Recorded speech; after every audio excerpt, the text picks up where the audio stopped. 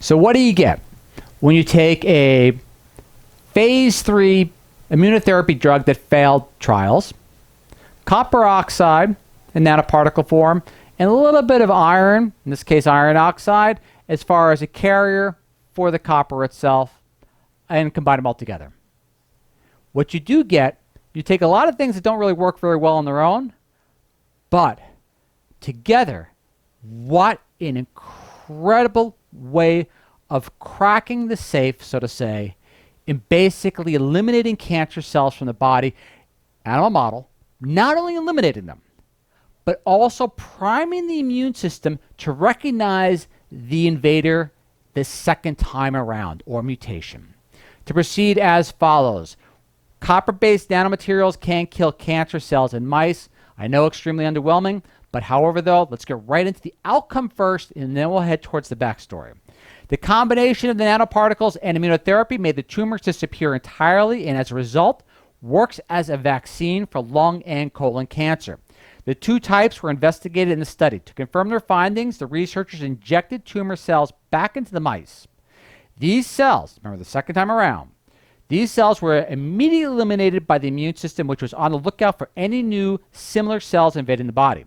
The authors state that the novel technique can be used for about 60% of all cancers, which now you begin to understand the gravity of this particular research itself, given that the cancer cells stem from a mutation in the p53 gene. Examples include lung, breast, ovarian, and colon cancer. Now here comes an intriguing part. We're going to look at one of the photos from the full published study, which we'll go to in a second. Look at the top part right there, which I have highlighted with the stars. I'll let you count how many times the animals were injected with this solution of nanoparticles, copper, iron, and basically immunotherapy drug.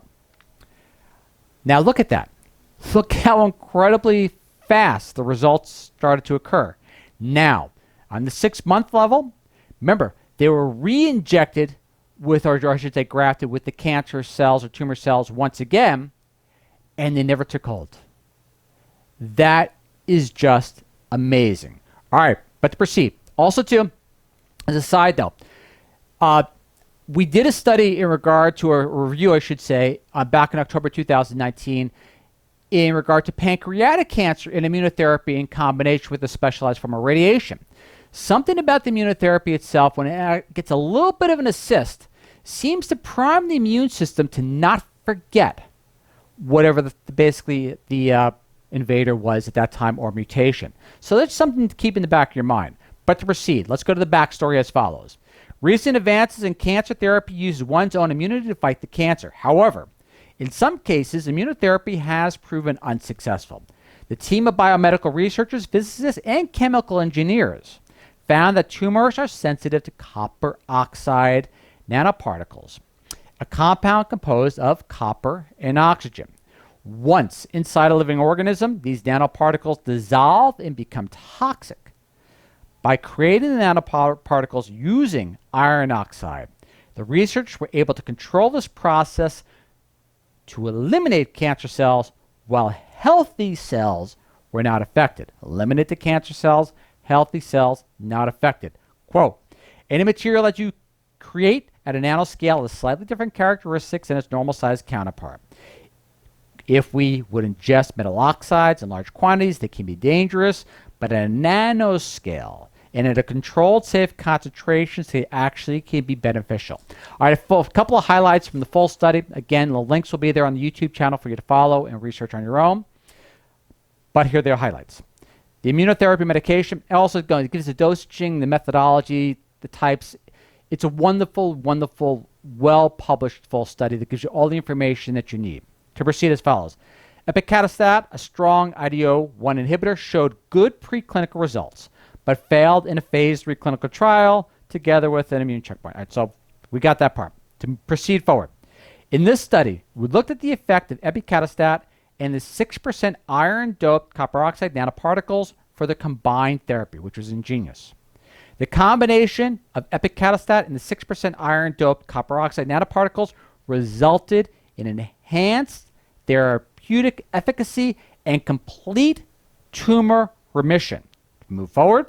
Equally effective against drug-resistant tumors as well. To conclude, the re-engraftment of KLMT05 cells in all these animals failed to produce growing tumors, indicating a potent anti-cancer vaccination occurred by the parallel treatment with epicatostat and the nanoparticles. Recall the picture of the mice that we showed a little bit earlier in the video segment on how they tried to inject it basically at month 5, but at month 6, it's like nothing ever happened.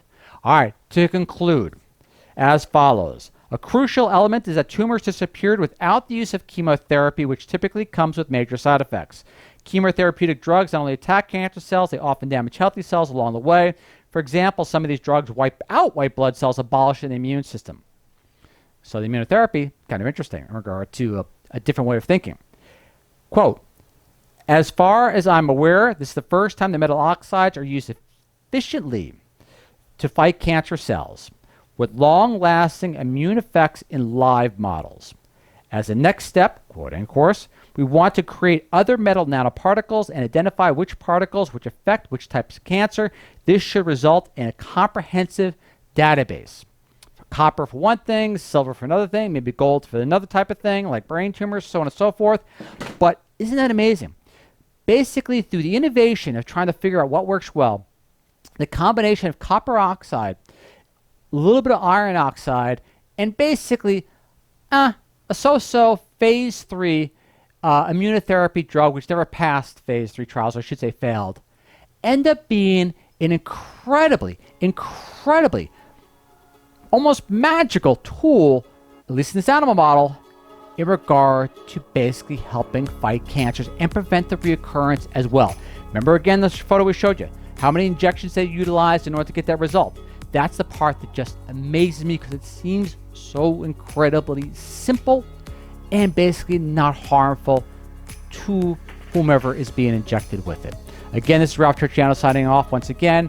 Hope you find this information of use. Incredible research. The links will be there for you. And as always, thank you for listening and look forward to see you all once again in the next 7 days. Catch you all then. Bye.